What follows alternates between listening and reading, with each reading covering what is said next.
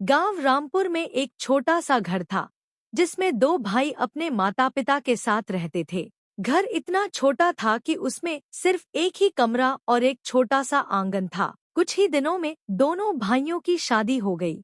घर में दो नई बहुएं आईं, जेठानी सीमा और देवरानी पूजा। पहली रात दोनों अपने नए जीवन को लेकर थोड़ी उत्साहित और थोड़ी शर्मीली थी। वे आपस में धीरे धीरे बातें कर रही थी और अपने भविष्य के बारे में सोच रही थी। रात में दोनों भाई भी कमरे में आ गए और सभी ने एक ही कमरे में जैसे तैसे अपनी जगह बना ली। घर छोटा होने के कारण थोड़ी परेशानी तो थी, लेकिन सब समझदारी से काम ले रहे थे। बड़ा भाई चारपाई बेड पर लेट गया और छोटा भाई नीचे जमीन पर अपनी जगह बना ली। कभी कभी हल्की फुल्की बातों और आवाजों की वजह से सबको हंसी भी आ जाती थी। एक बार उनकी माँ भी उठकर आ गई और बोली, इतनी देर तक जाग क्यों रहे हो? अब सब आराम करो। धीरे धीरे सब लोग इस छोटे से घर में रहने की आदत डालने लगे। दोनों भाई सुबह काम पर जाते और शाम को वापस आते। घर में हंसी मजाक और अपनापन बना रहता था। कुछ दिनों बाद गांव के लोग भी पूछने लगे, तुम्हारे घर से रात में आवाज क्यों आती है?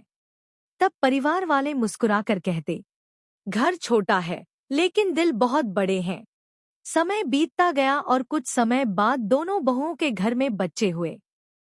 दादी उन्हें प्यार से खिलाने लगी और पूरा घर खुशियों से भर गया। अब वही छोटा सा घर सभी को बहुत प्यारा लगने लगा, क्योंकि उसमें प्यार, शर्मलिहाज और परिवार का साथ था। गांव का माहौल था। चारों तरफ रोशनी, ढोल, नगाड़े और खुशियों का माहौल छाया हुआ था।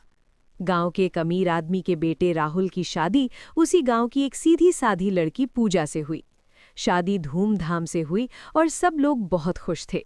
शादी के बाद जब पहली रात आई तो राहुल ने मुस्कुराते हुए पूजा से कहा, मैं चाहता हूं कि हम अपनी पहली रात कुछ अलग और यादगार बनाएं।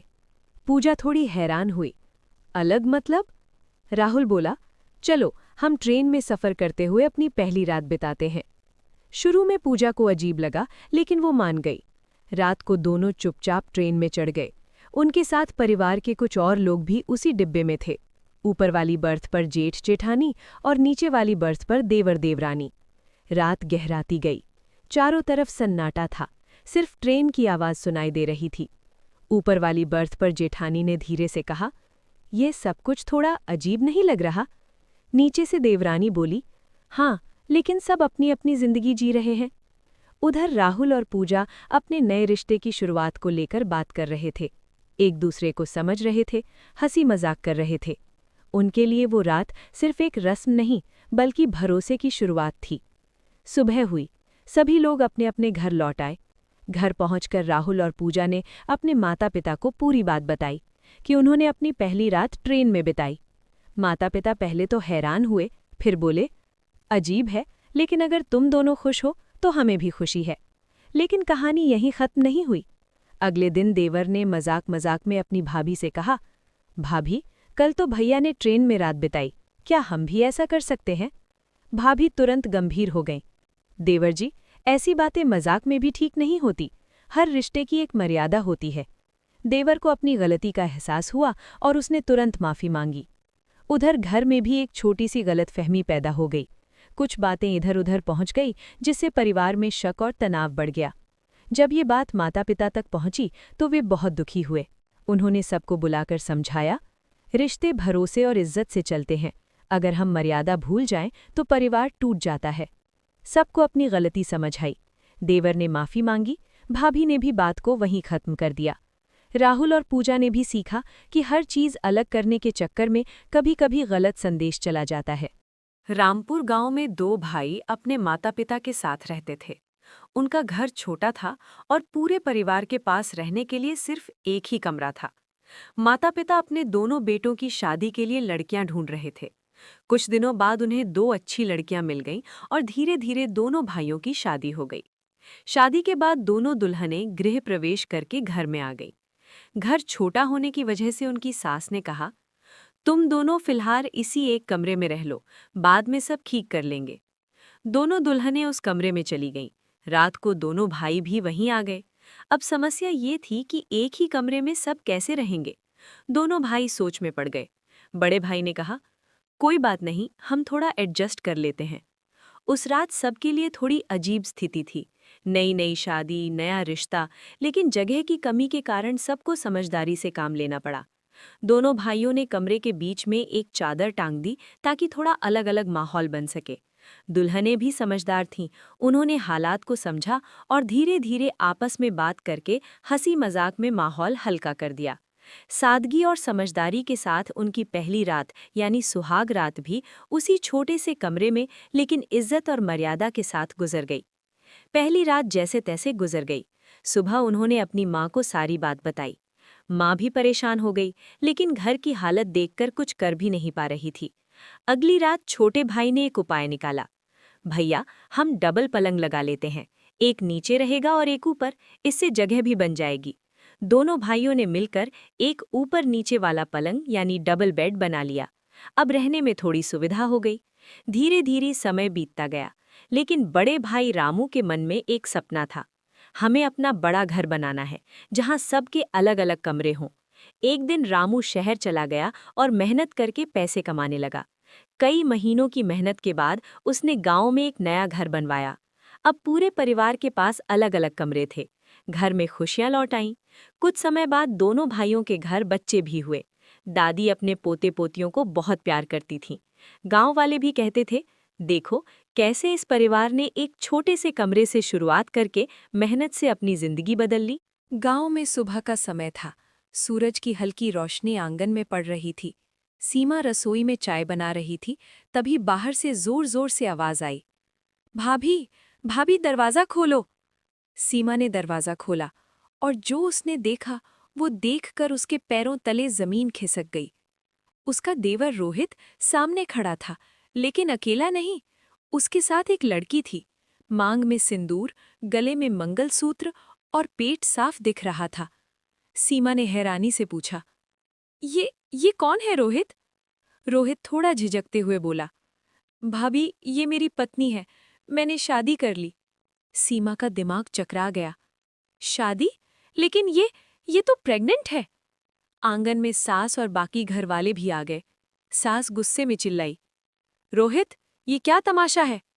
रोहित ने सिर झुकाकर कहा, माँ, मैं इसे छोड़ नहीं सकता था। लड़की की आंखों में आंसू थे, वो चुपचाप खड़ी थी।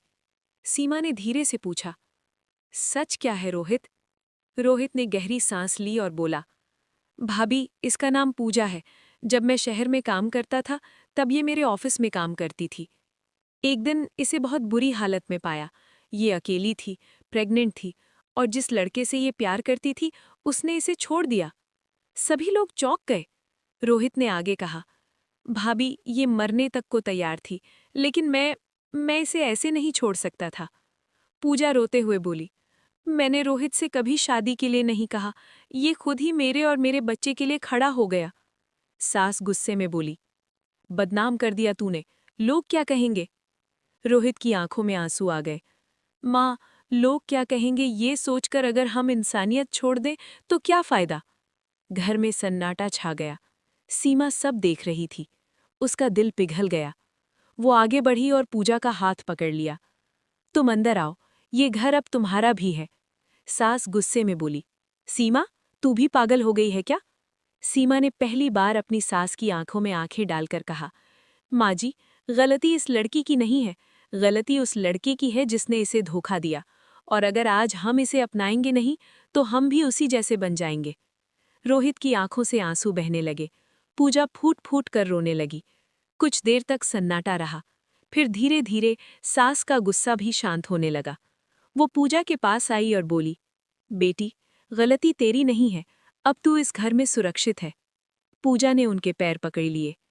कुछ महीनों बाद घर में एक प्यारा सा बच्चा जन्मा और पूरा घर खुशियों से भर गया। सास जो पहले नाराज थी, अब उसी बच्चे को सबसे ज्यादा प्यार करती थी, और गांव वाले जो पहले बातें करते थे अब कहते थे, रोहित जैसा बेटा हर किसी को मिले। एक छोटे से गांव में मोहन नाम का एक गरीब किसान रहता था। उसका परिवार बहुत ही मुश्किल से गुजारा करता था। मोहन दिन रात खेतों में मेहनत करता, लेकिन फिर भी उसके घर में कभी भरपेट खाना नहीं बन पाता था। उसकी पत्नी और 2 छोटे बच्चे अक्सर भूखे सो जाते थे। एक दिन मोहन जंगल से लकड़ी काटकर घर लौट रहा था। रास्ते में उसे एक बूढ़ा साधु मिला। साधु बहुत थका हुआ और भूखा लग रहा था। मोहन के पास खाने के लिए सिर्फ 2 रोटियां थीं, लेकिन उसने बिना सोचे समझे अपनी दोनों रोटियां साधु को दे दीं। साधु मोहन की दयालुता देखकर बहुत खुश हुआ। उसने मुस्कुरा कर कहा, बेटा, तुम बहुत अच्छे इंसान हो, मैं तुम्हें एक जादुई चक्की देता हूँ। साधु ने अपनी झोली से एक छोटी सी चक्की निकाली और मोहन को दे दी। फिर उसने कहा, जब भी तुम्हें कुछ चाहिए हो, इस चक्की से कहना, चक्की चक्की दे दे, और जब रोकना हो तो कहना, चक्की चक्की बस कर दे। मोहन चक्की लेकर घर पहुंचा। उसने पत्नी को सारी बात बताई। दोनों को पहले विश्वास नहीं हुआ, लेकिन उन्होंने कोशिश करने का फैसला किया। मोहन ने चक्की के सामने खड़े होकर कहा, चक्की चक्की दे दे, आटा दे दे। तभी चक्की घूमने लगी और उससे सफेद आटा निकलने लगा। मोहन जल्दी से बोला, चक्की चक्की बस कर दे। चक्की तुरंत रुक गई। मोहन और उसकी पत्नी बहुत खुश हुए। अब उनके घर में खाने की कोई कमी नहीं रही। जब भी उन्हें चावल, दाल या आटा चाहिए होता, वे चक्की से मांग लेते। कुछ समय बाद मोहन का पड़ोसी रघु इस रहस्य के बारे में जान गया। रघु बहुत लालची था। उसने सोचा कि अगर ये चक्की उसे मिल जाए तो वो बहुत अमीर बन जाएगा। एक रात रघु चुपके से मोहन के घर गया और जादुई चक्की चुरा ली। वो उसे लेकर नदी किनारे एक नाव में बैठ गया और बोला, चक्की चक्की दे दे, सोना दे दे। चक्की घूमने लगी और उससे सोने के सिक्के निकलने लगे। रघु बहुत खुश हुआ, लेकिन उसे ये नहीं पता था कि चक्की को रोकना कैसे है। सोने के सिक्के लगातार निकलते रहे। नाव सोने से भर गई और भारी होकर डूबने लगी। रघु घबरा गया और चिल्लाने लगा, लेकिन तब तक बहुत देर हो चुकी थी।